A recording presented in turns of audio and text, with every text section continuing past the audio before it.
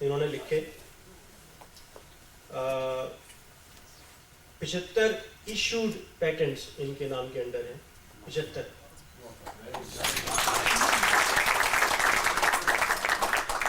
آپ لوگوں کی ہتھیلیوں کو میں دوبارہ تکلیف دیتا رہوں گا کیونکہ 75 مزید پیٹنٹس انڈر پینڈنگ ہیں اس وقت. تو جب ایشو ہو جائے گا تو 1994 میں انہوں نے Bell Laboratories research award coveted award حاصل کیا جو revolutionary optical interconnection and backbone technology کے لیے ایشو کیا گیا تھا. یہ تو ان کی سائنسی بیک گراؤنڈ تھا، وہ میں نے آپ کو بتایا. اب ادبی 2-4 باتیں یہ کہ یہ 4 کتابوں کے مصنف ہیں جن میں سے 3 پنجابی اور 1 اردو. یہ تو پبلش ہو چکی ہیں. 4 کتابیں ایسی ہیں جو اس وقت زیر طبع ہیں. تو اس رفتار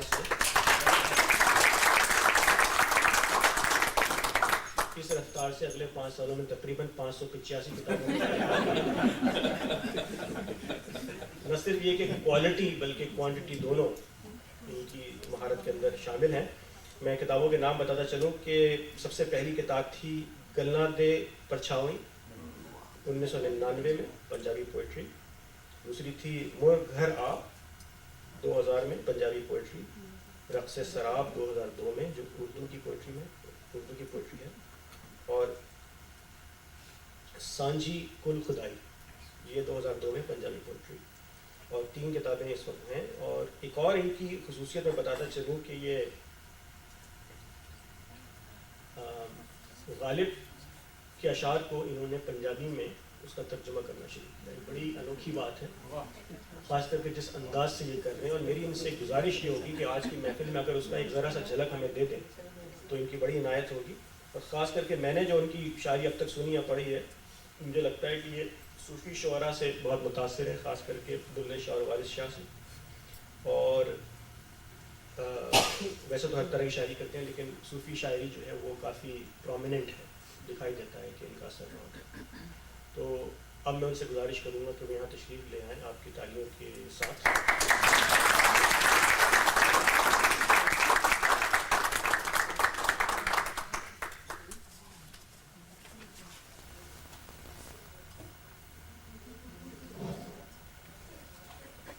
بھائی صدر محترم نام بھائی آپ کا بہت شکریہ. آپ نے جو کچھ بھی میرے لیے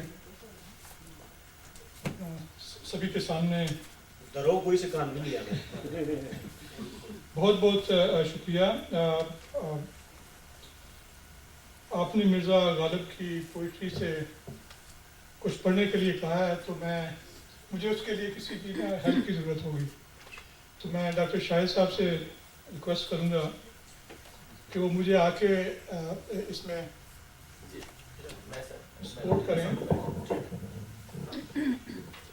تو ایسے ہوگا کہ جو اوریجنل اردو متن ہے